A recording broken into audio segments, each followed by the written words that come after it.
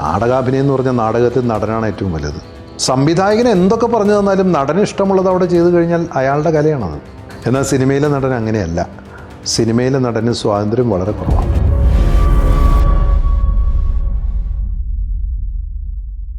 ഭരതേട്ടനുമായിട്ടുള്ള എൻ്റെ ഒരു കണ്ടുമുട്ടൽ 94 കാലത്ത്. ഓട്ടംതുള്ളൽ അറിയുന്ന ഒരാളെ പരിചയമുണ്ടോ എന്ന് എൻ്റെ ഒരു സുഹൃത്തിനോട് ഭരതേട്ടൻ ചോദിച്ചപ്പോൾ, ഓട്ടംതുള്ളലുമായി ബന്ധപ്പെട്ടൊരു പെർഫോമൻസ് ചെയ്യുന്ന ഒരാളുണ്ട്, അയാളെ പരിചയപ്പെടുത്തി തരാമെന്ന് പറഞ്ഞിട്ട് ഞാൻ ഭരതേട്ടനെ പോയി കാണുന്നതും മരിക്കുന്നത് വരെ ഉണ്ടായ വലിയ ഒരു ആത്മബന്ധം. അപ്പോൾ ഇതൊക്കെയാണ് എൻ്റെ ഗുരുപരമ്പരകൾ. നെടുമുടി വേണുചേട്ടനുമായിട്ട് ഞാനുണ്ടായിരുന്ന സ്നേഹബന്ധം. BBK മേനോൻ ചേട്ടൻ്റെ സിനിമയായ ശ്രീ മോഹൻലാൽ, നമ്മുടെ ലാലേട്ടൻ, നമ്മുടെ ശിവാജി സാറുമായി ഒന്നിച്ച് ചെയ്ത യാത്രാമൊഴി എന്ന സിനിമയിൽ എനിക്ക് ആദ്യമായി അഭിനയിക്കാൻ കഴിഞ്ഞത്. വളരെ കാര്യമായൊരു ക്യാരക്ടർ എനിക്ക് തന്നത്. ജോൺ പോളിൻ്റെ സ്ക്രിപ്റ്റ് നെടുമുടി വേണുചേട്ടൻ്റെയാണ്. അദ്ദേഹമായിരുന്നു ഓളിനോളെ എന്നെ കാസ്റ്റ് ചെയ്തത്. തുടർന്ന് എനിക്ക് ലോഹിതദാസ് എന്ന പ്രിയങ്കരനായ തിരക്കഥാകൃത്തിൻ്റെ സംവിധായകൻ്റെ കീഴിൽ എൻ്റെ രണ്ടാമത്തെ പടം ഭൂതക്കണ്ണാടി, അതിൽ അഭിനയിക്കാൻ കഴിഞ്ഞത്. വല്ലപ്പോഴൊക്കെ ഞാൻ സിനിമയിൽ അഭിനയിക്കാറുള്ളൂ. സിനിമ, അഭിനയം, പിന്നെ അതോടൊപ്പം എൻ്റെ ഈ യാത്രകൾ, പിന്നെ എനിക്കിഷ്ടപ്പെട്ട മറ്റൊരു കല ഗാനാവതരണ കല, പാട്ടുകളുടെ ചരിത്രത്തിലൂടെ പോവുക. ആ ഒരു പാട്ട് ഗായികയോ ഗായകനോ പാടുന്നതിന് മുൻപ് ഒരു അവതാരകൻ എന്ന രീതിയിൽ വ്യത്യസ്തമായ രീതിയിൽ അവതരിപ്പിച്ച് ആ പാട്ടിലേക്ക് എത്തിക്കാൻ, ആ പാട്ടിനെക്കുറിച്ച് കൂടുതൽ ആസ്വദിക്കാനുമുള്ള ഒരു കളമൊരുക്കലാണ് ഒരു അവതാരകൻ്റെ ജോലിയെന്ന് ഞാൻ വിശ്വസിക്കുന്നു. അവതരണ കലയ്ക്കൊക്കെ ഒരുപാട് വ്യത്യാസങ്ങൾ ഇപ്പോൾ വന്നിട്ടുണ്ട്. എനിക്ക് തോന്നുന്നത് ആദ്യത്തെ ടെലിവിഷൻ അവാർഡ് ആങ്കർ ചെയ്തത് ഞാനാണ്. പിന്നീട് അത് വേറെ തരത്തിലേക്ക് മാറിയൊക്കെ പോയി. അതങ്ങനെയാണല്ലോ, സ്വാഭാവികമായും മാറാം. അപ്പോൾ ഒരു ഗാനം, ഇപ്പം ഒരു പാട്ട് അവതരിപ്പിക്കുമ്പോൾ ഒരു അവതാരകൻ ചെയ്യേണ്ട പ്രധാനപ്പെട്ടൊരു ജോലി ആ പാട്ടിൻ്റെ പശ്ചാത്തലത്തെക്കുറിച്ച് പറയൽ മാത്രമല്ല, ആ പാട്ടിൽ ഉപയോഗിച്ച വാക്കുകളുടെ പ്രത്യേകതകൾ പറയുക, ആ പാട്ടിലൂടെ സംഗീത സംവിധായകൻ ഉദ്ദേശിച്ച കാര്യം പറയുക, ആ ഗാനരചയിതാവിൻ്റെ സാഹിത്യവുമായിട്ടുള്ള ബന്ധം, ഗാനരചയിതാവ് ഉപയോഗിച്ച പുതുമയുള്ള വാക്കുകളെക്കുറിച്ച് പറയുക, ആ സിനിമയിൽ അഭിനയിച്ച നടനെ അവതരിപ്പിക്കുക, ആ സിനിമയുടെ പശ്ചാത്തല കഥകൾ പറയുക. അങ്ങനെ ഒരു അവതാരക കലയ്ക്ക്, അതും ഒരു മറ്റുള്ളവർ ചെയ്യുന്ന വ്യത്യസ്തമായി ചെയ്യാമെന്ന ഒരു തോട്ട് പ്രോസസ്സ്, അതാണ് മറ്റൊരു എൻ്റെ കലാപരമായ എൻ്റെ ഒരു മണ്ഡലം എന്ന് പറയുന്നത്.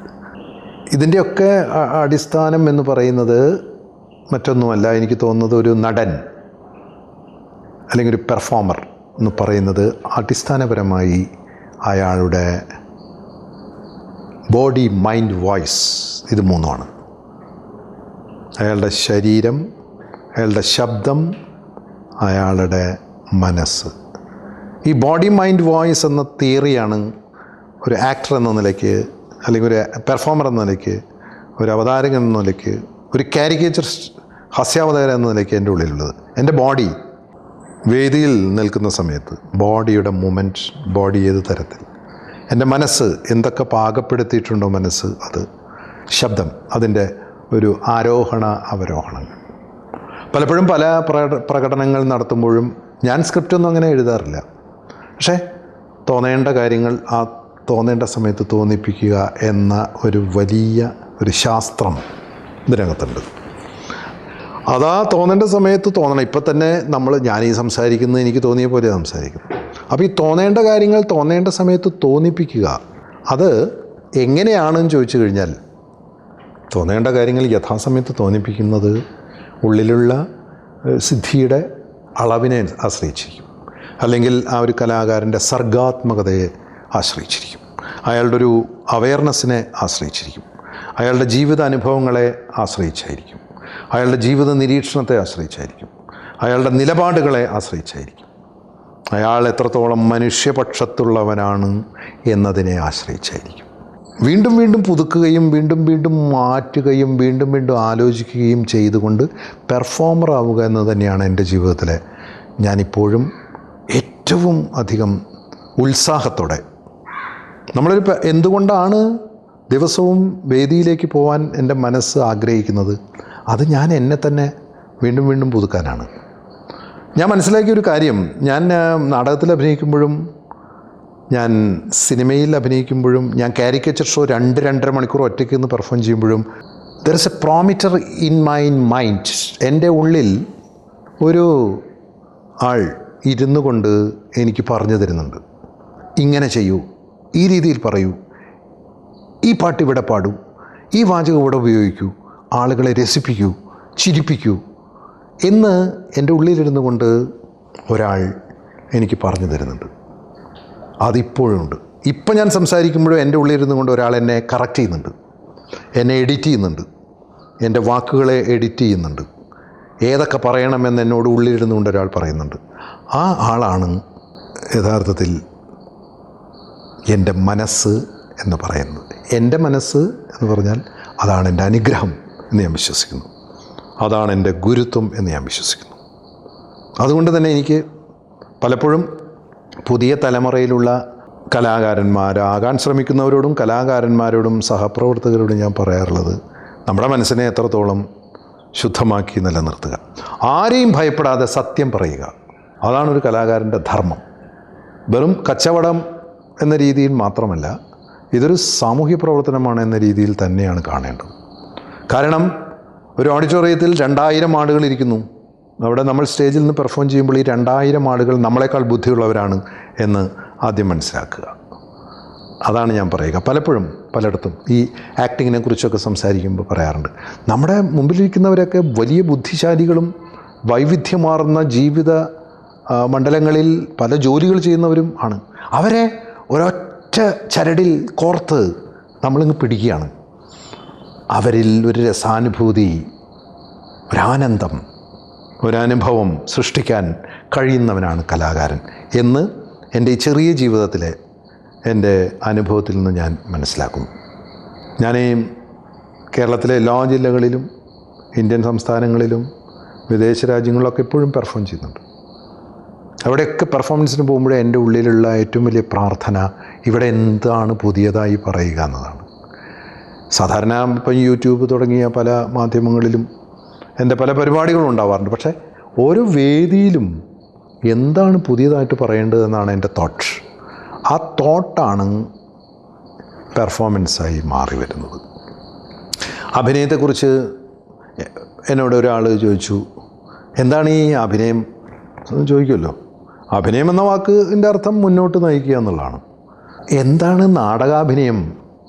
നാടകാഭിനയം എന്ന് പറഞ്ഞാൽ നാടകത്തിൽ നടനാണ് ഏറ്റവും വലുത്, ആക്ടർ.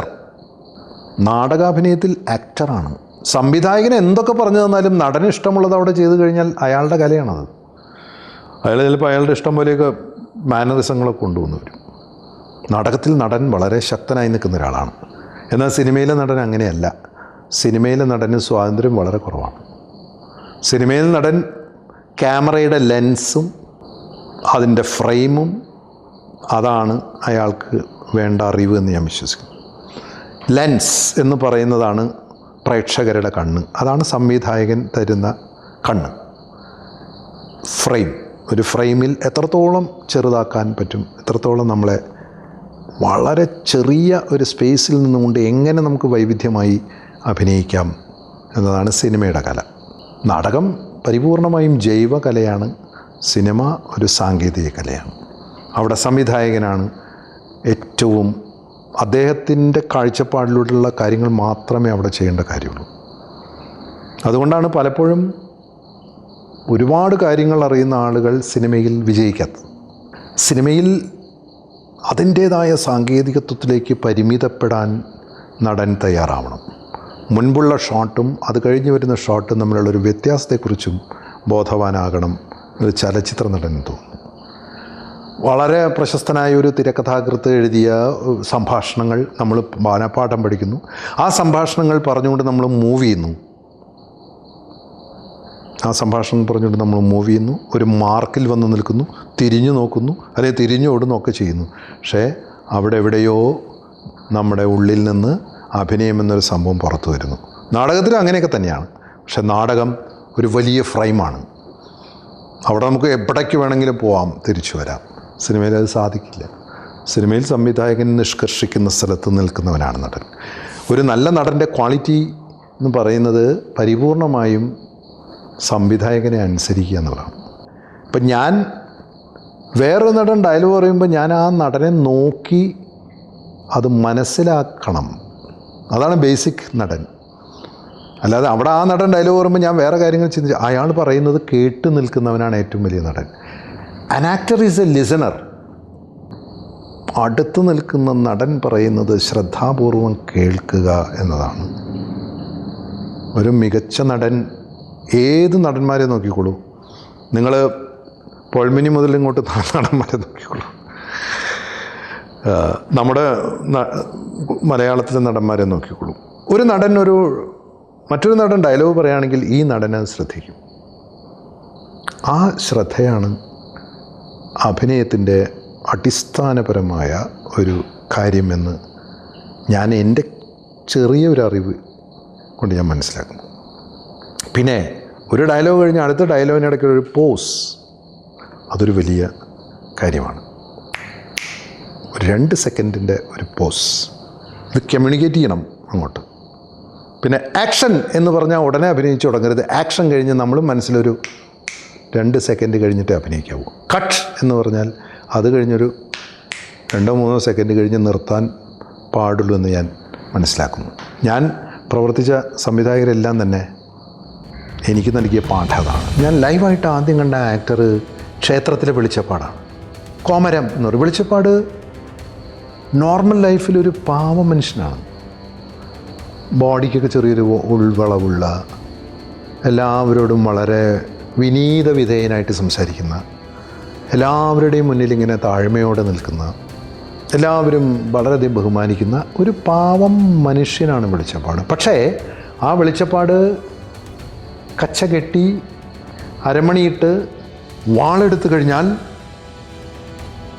അത് ദേവിയുടെ, ഭഗവതിയുടെ പ്രതിരൂപമായി മാറുന്നു.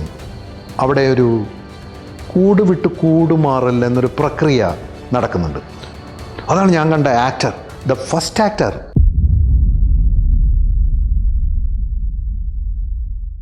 ഔഷധി പൊതുമേഖലയിലെ രാജ്യത്തെ ഏറ്റവും വലിയ ആയുർവേദ മരുന്ന് നിർമ്മാണ സ്ഥാപനം.